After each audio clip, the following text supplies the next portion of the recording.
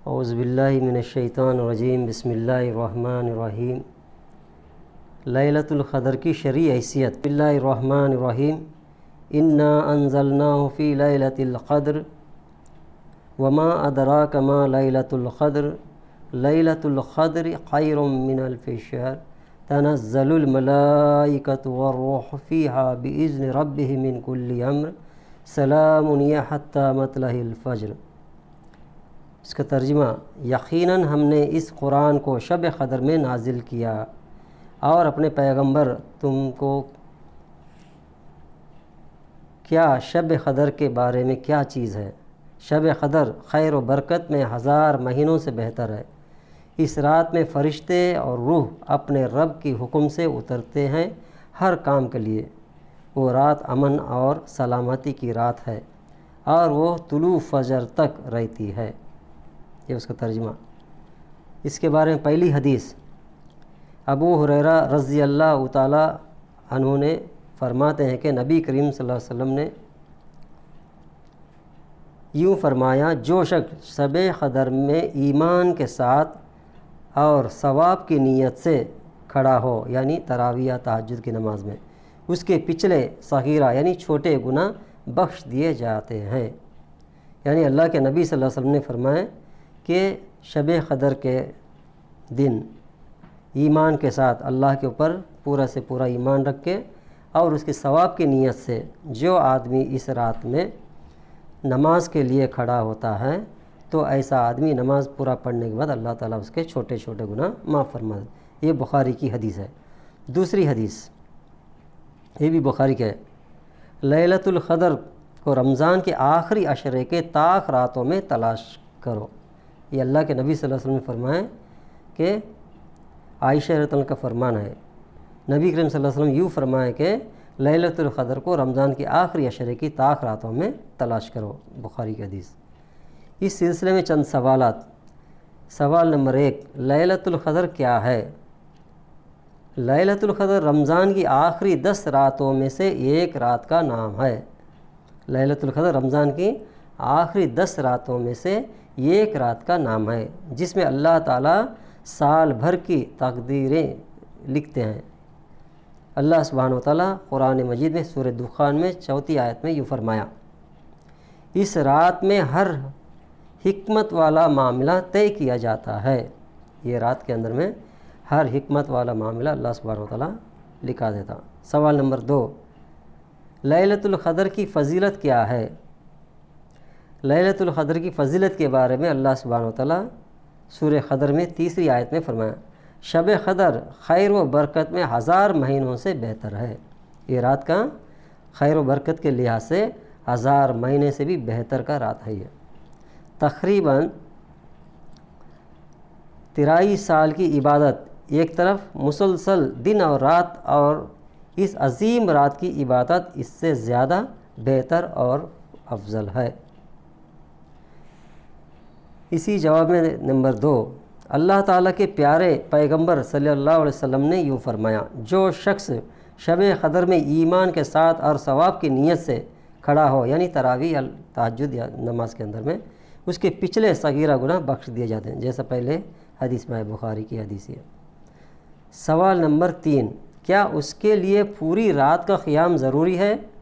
یعنی وہ رات تلاش کے لیے پورا رات بھر نماز پڑھنا، کیا نماز میں کھڑے ہونا کیا؟ یہ سوال ہے۔ ضروری نہیں ہے، رات بھر نماز میں رہنا ضروری نہیں ہے، لیکن مستحب ہے۔ اگر کوئی شخص امام کے ساتھ عشاء کی نماز پڑھے اور تراویح اسی امام کے ساتھ ادا کرے تو اس کا ثواب ایسا ہے جیسے کہ اس نے پوری رات کا قیام کیا۔ جس کے پیچھے ایک امام کے پیچھے اگر عشاء نماز پڑھے، پھر وہ امام کے پیچھے تراویح نماز بھی پڑھے، یعنی جو 8 رکعت وتر سمیت 11 پڑھے، تو جتنا لمبا وہ امام پڑھا تھا جب تک نماز کے اندر میں رہے، تو ایسا آدمی کا چھوٹے چھوٹے گناہ۔ اللہ کے نبی صلی اللہ علیہ وسلم نے فرمایا: جو شخص امام کے ساتھ اس کے فارغ ہونے تک نماز میں شریک رہا، اس کے لیے پوری رات کا قیام لکھ دیا جاتا ہے۔ ترمذی کی حدیث ہے، اسے علامہ البانی نے صحیح فرمایا ہے۔ جو شخص امام کے ساتھ اس کے فارغ ہونے تک، یعنی امام پورے نمازاں ختم کرنے تک نماز میں شریک رہا، جو شخص شریک رہا اس کے پوری رات کا قیام لکھ دیا جاتا ہے، رات بھر نماز میں کھڑے جیسا چیز لکھا جاتا ہے۔ سوال نمبر 4، لیلۃ القدر کا وقت کیا ہے؟ حقیقت میں لیلۃ القدر کا وقت کون سا وقت ہے؟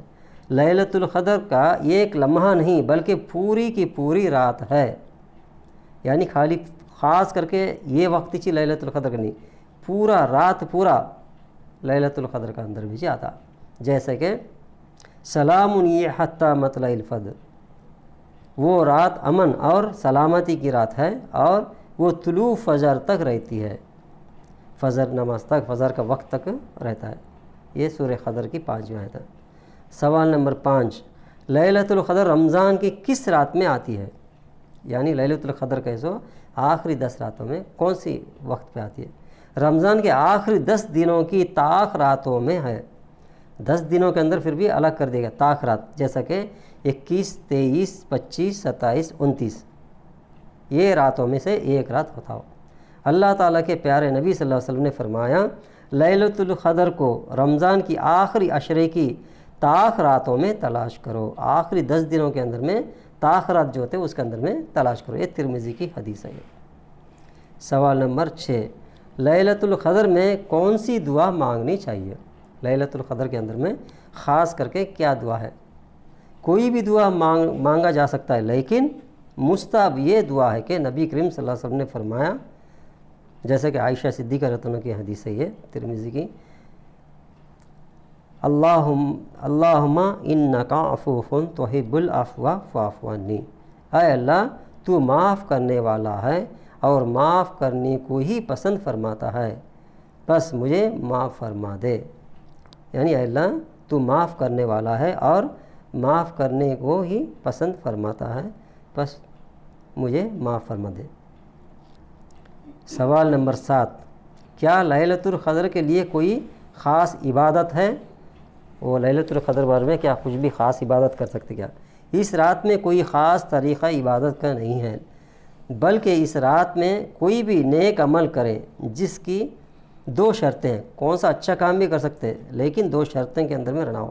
پہلی شرط یہ ہے کہ اللہ تعالیٰ کے لیے خاص ہو، اللہ کے لیے۔ نمبر 2، نبی صلی اللہ علیہ وسلم کی اتباع، کیونکہ اس رات میں ہر نیک عمل 1000 مہینے کی عبادت سے بہتر ہے۔ وہ کام جو رہنا وہ نبی کریم صلی اللہ علیہ وسلم کے طریقے پر رہنا، کیونکہ 1000 مہینے کی عبادت سے بہتر ہے، اس لیے اس کی دلیل ارشاد باری تعالیٰ ہے۔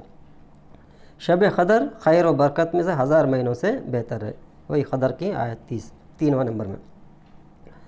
اللہ تعالیٰ کے پیارے نبی صلی اللہ علیہ وسلم نے فرمایا، جو شخص شب قدر ایمان کے ساتھ اور ثواب کی نیت سے کھڑا ہو، یعنی تراویح یا تہجد نماز پڑھے، اس کے پچھلے صغیرہ گناہ بخش دیے جاتے ہیں۔ یہاں پر قائم سے مراد وہ نماز اور ذکر، دعا، قرآن کی تلاوت اور ان کے ساتھ باقی تمام نیک اعمال شامل ہے۔ غور کرنے کی چیز ہے کیا ہے اس میں؟ قائم، جو شخص شب قدر میں ایمان کے ساتھ اور ثواب کی نیت سے کھڑا ہو، یعنی قیام کیا ہو، قائم کیا ہو، تو اس میں نماز بھی آ جاتا، پہلا نماز آتا، اس کے بعد ذکر، اس کے بعد دعا، اس کے بعد قرآن کی تلاوت اور باقی سب تمام نیک اچھے عمل جو اللہ کے لیے خاص ہو اور نبی کریم صلی اللہ علیہ وسلم کے سنت کے مطابق ہو۔ سوال نمبر 8، لیلۃ القدر کے لیے ہم کیا تیاری کریں؟ اصل وہ رات تلاش کرنے کے بعد ہمیں کیا تیار کرنا؟ لیلۃ القدر کی تیاری کی 3 حصے ہیں، 3 حصے ہیں۔ پہلا حصہ لیلۃ القدر سے پہلے تیاری، یعنی رات سے پہلے جو رات کے بارے میں تیار رہنا، نمبر 1۔ نمبر 2، لیلۃ القدر میں تیاری، وہ رات کے اندر میں تیار ہو کے رہنا۔ نمبر 3، لیلۃ القدر کے بعد تیاری، لیلۃ القدر کے رات گزر جانے کے بعد میں بھی ہمیں تیاری رہنا، اس کے بارے میں کیا ہے؟ پہلا حصہ لیلۃ القدر سے پہلے تیاری، اس میں نمبر 1 لیلۃ القدر کو تلاش کرنا۔ پہلا حصہ کیا ہے؟ تلاش۔ جس نے اسے لیلۃ القدر کو تلاش کرنا ہے بس اسے آخری عشرے میں تلاش کرو، یعنی ڈھونڈنا پہلے چیز۔ اسی لیے اللہ تعالیٰ نے اپنی حکمت اور عظیم رات کو ماہ رمضان کی آخری عشرے کے راتوں میں چھپا دیا ہے، یعنی اللہ کی جو حکمتیں، جو چیزیں ہیں، اس عظیم رات کے اندر میں چھپا کے رکھا ہے۔ اور اللہ تعالیٰ کے پیارے نبی صلی اللہ علیہ وسلم نے لیلۃ القدر کو ماہ رمضان کی آخری عشرے کی راتوں میں تلاش کرنے کا حکم دیا ہے، وہ طاق راتوں کے اندر میں۔ لیلۃ القدر کی رمضان کی آخری عشرے کی طاق راتوں میں تلاش کرو، یعنی ہمیں آخری عشرے کی ساری راتوں میں اعمال صالحہ کا خاص اہتمام کرنا ہے، اور خصوصی طور پر طاق راتوں کے اندر میں، یعنی 10 راتوں میں بھی تلاش کرنا، خاص کر کے طاق راتوں کے اندر میں۔ یہ کیا ہے؟ پہلے حصے کے اندر میں شامل ہے۔ اور اسی کے اندر میں نمبر 2 توبہ کرنا چاہیے۔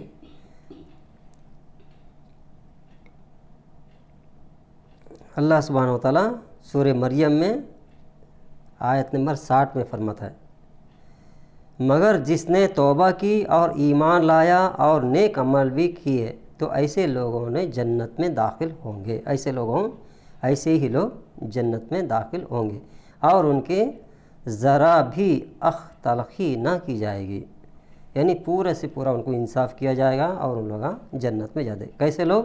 جو توبہ کیا ہے اس راتوں کے اندر میں۔ دوسرا کام کرنا کیا ہے؟ پہلا کام تلاش کرنا، دوسرا کام توبہ کرنا اس راتوں میں، اور شرک اور بدعت سے خصوصی طور پر، کیونکہ شرک کے ساتھ کوئی عمل باقی نہیں رہتا، شرک اور بدعت سے دور رہتے ہوئے ہمیں نیک اعمال کرنا۔ اللہ تعالیٰ کا فرمان ہے، اور یقیناً اے محمد صلی اللہ علیہ وسلم تمہاری طرف بھی اور ان پیغمبروں کی طرف بھی جو تم سے پہلے گزر چکے ہیں، یہ وہی بیچ چکی ہے کہ اگر تم نے شرک کیا تو یقیناً تمہارے سارے اعمال ضائع ہو جائیں گے اور تم خسارے میں رہو گے۔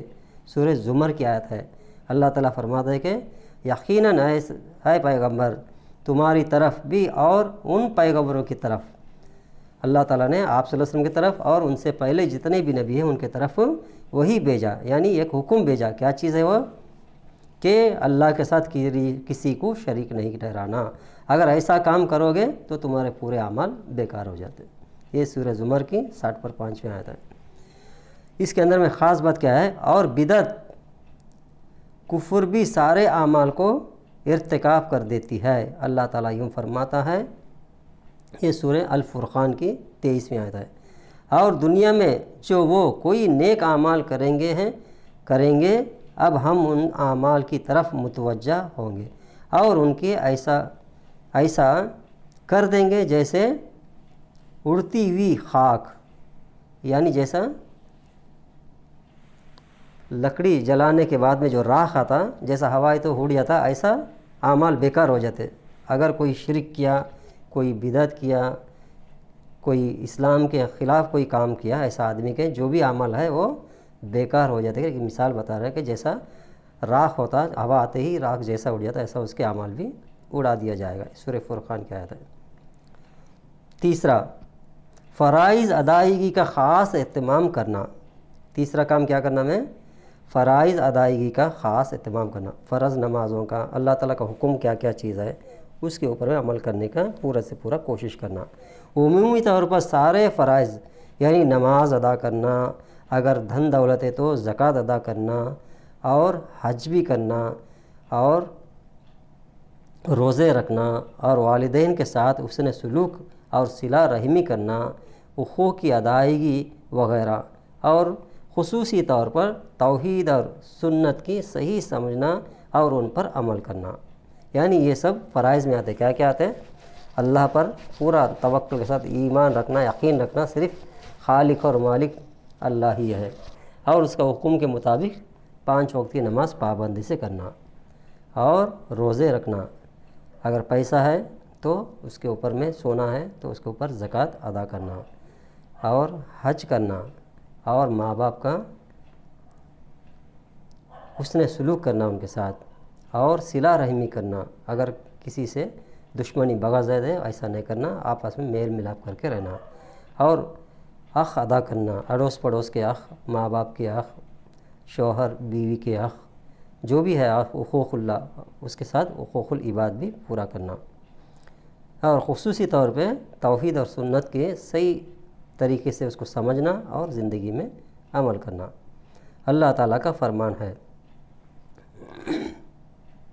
سورہ نساء کی 30-36 آیت، اور اللہ کی عبادت کرو اور اس کے ساتھ کسی چیز کو شریک مت ٹھہراؤ، اور والدین کے ساتھ، قرابت داروں کے ساتھ، یتیموں اور مسکینوں کے ساتھ، پڑوسیوں کے ساتھ، خواہ قربت والے ہوں خواہ اجنبی ہو یعنی قریب والے ہو یا دوسرے بھی ہو، نیز آس پاس کے بیٹھنے والوں اور مسافروں کے ساتھ، اور جو غلام تمہارے قبضے میں ہیں ان کے ساتھ حسن سلوک سے پیش آؤ، کیونکہ اللہ ان لوگوں کو پسند نہیں کرتا جو اتریں اور بڑائی مارتے ہو، یعنی اکڑنا، گھمنڈ، فخر کرنا، ایسے لوگوں کو اللہ تعالیٰ پسند نہیں فرماتا، اس کے لیے ان لوگوں کا حقوق کرنا۔ نمبر 4، علم نفع حاصل کرنا، اچھا علم حاصل کرنا۔ یہ راتوں کے اندر میں کرنے کاروں میں 4واں کام کیا ہے؟ علم حاصل کرنے کی کوشش کرنا۔ سورہ محمد کی 19ویں آیت ہے، بس اے پیغمبر اچھی طرح جان لو اللہ کے سوا کوئی معبود برحق نہیں، اور اپنی خطاؤں کی معافی مانگتے رہو، اور مومن مرد اور مومن عورتوں کے لیے بھی اللہ تم لوگوں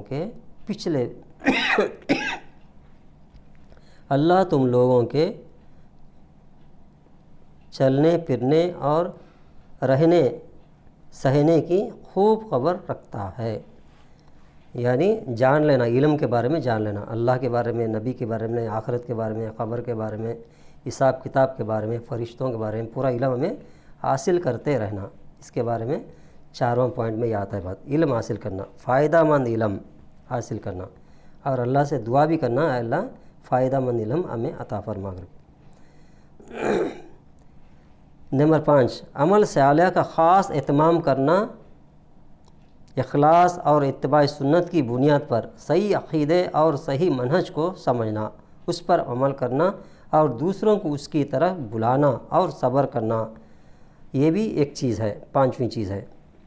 اس کے لیے قرآن کی آیت ہے، بسم اللہ الرحمن الرحیم، والعصر ان الانسان لفی خسر الا الذین آمنوا وعملوا الصالحات وتواصوا بالحق وتواصوا بالصبر۔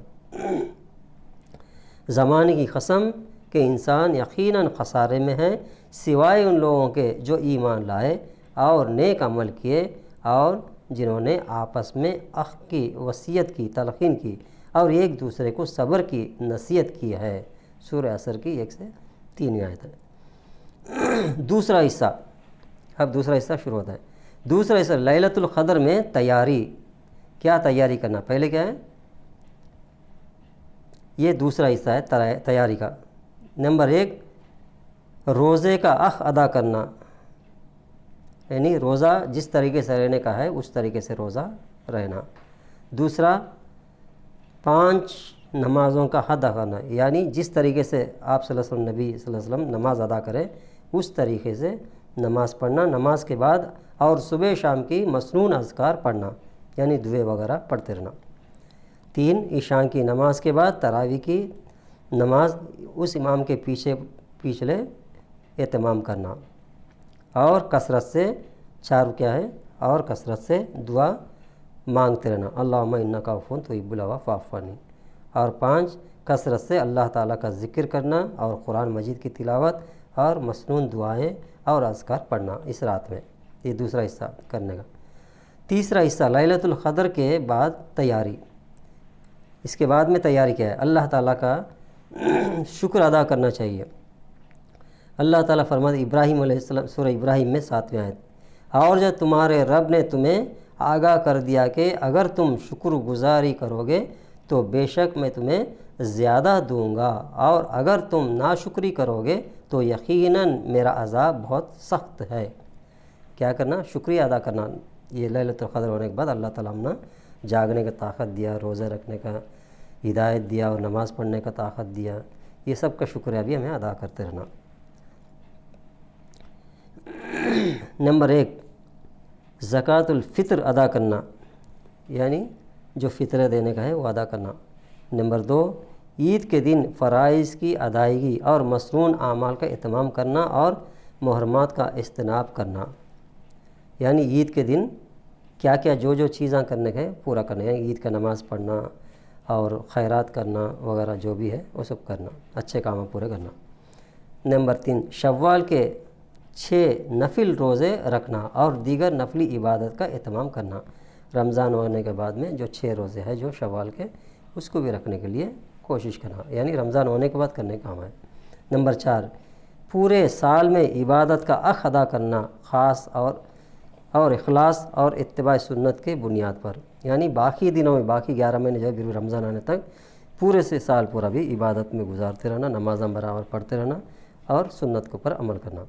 نمبر 5، ایمان اور استقامت پر پورے سے پورا سال قائم رہنا، ایمان کے اوپر میں ایک دم قائم رہ کے عمل کرتے رہنا، جیسا کہ آپ صلی اللہ علیہ وسلم نے فرمایا، مسلم شریف کی حدیث ہے۔ حضرت سفیان بن عبداللہ تقفی رضی اللہ عنہ نے روایت کرتے ہیں کہ میں نے عرض کیا، اے اللہ کے رسول صلی اللہ علیہ وسلم، مجھے اسلام میں ایسی بات بتا دیجئے کہ پھر میں اس کو آپ صلی اللہ علیہ وسلم کے آپ کے بعد کسی سے نہ پوچھوں۔ آپ صلی اللہ علیہ وسلم نے فرمایا، کہو میں ایمان لایا اللہ پر، پھر ڈٹ گیا، یعنی ایک دم ڈٹ کے رہنا ایمان کے اوپر میں، یہ اللہ تعالیٰ ہمیں عطا کرنا ہوتا ہے۔ اس کے لیے ہمیں ڈٹ کے رہنا، جو بھی کام کرتے اس کے اوپر قائم رہنا، استقامت رہنا۔ اللہ تعالیٰ سے دعا ہے کہ ہمیں علم نافع یعنی فائدہ مند والا علم دے اور عمل صالحہ کی توفیق عطا فرمائے، اچھے کام کرنے کے، اور ہماری نمازوں اور روزے قیام یعنی نمازیں وغیرہ، صدقہ خیرات قبول فرمائے، ہمیں لیلۃ القدر کے قیام کی توفیق عطا فرمائے، اور ہماری گزرے ہوئے پورے گناہوں کو اللہ تعالیٰ معاف فرمائے، ہر آزمائش سے ہمیں بچائے اور ہر بیماری سے ہمیں محفوظ رکھے، آمین۔ وصلی اللہ نبی